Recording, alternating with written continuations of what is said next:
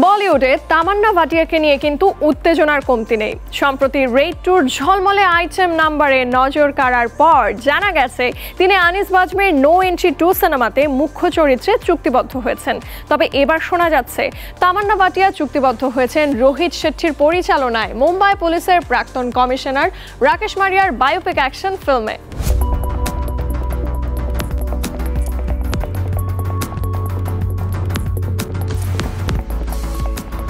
জন Abraham এই ছবিতে অভিনয় করেছেন রাকেশ মারিয়ার চরিত্রে, আর তামান্না ভাটিয়া হয়েছেন তার স্ত্রী প্রীতি মারিয়া। তামান্না জানিয়েছেন প্রীতি মারিয়া শুধুমাত্র একজন স্ত্রী নন, বরং এক মানসিক ভিত্তি। ওর কাহিনী বলা আমার কাছে ভীষণ গর্বের বিষয়। খবর অনুযায়ী প্রীতি মারিয়া বরাবরই রাকেশ মারিয়ার জীবনের কঠিনতম সময়ে ছিলেন পাশে।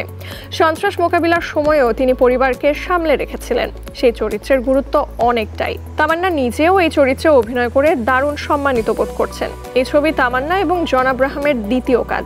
এর আগে নিখিল আদবানির বেদা ছবিতে জনের স্ত্রীর চরিত্রে ক্যামিও করেছিলেন তামান্না। রোহিত শেট্টি এর আগেও পুলিশ চরিত্র নিয়েই কাজ করেছেন, কিন্তু এই প্রথম তিনি বাস্তব জীবনের ঘটনা নিয়ে ছবি করছেন। ছবিতে উঠে আসবে মারিয়ার 36 বছরের গৌরবময় এক ক্যারিয়ার। পরিকল্পনা অনুযায়ী 2025 সালের অগস্ট মাসের মধ্যে শুটিং শেষ হবে এবং 2026 সালের শুরুতে মুক্তি পাবে প্রেক্ষাগৃহে।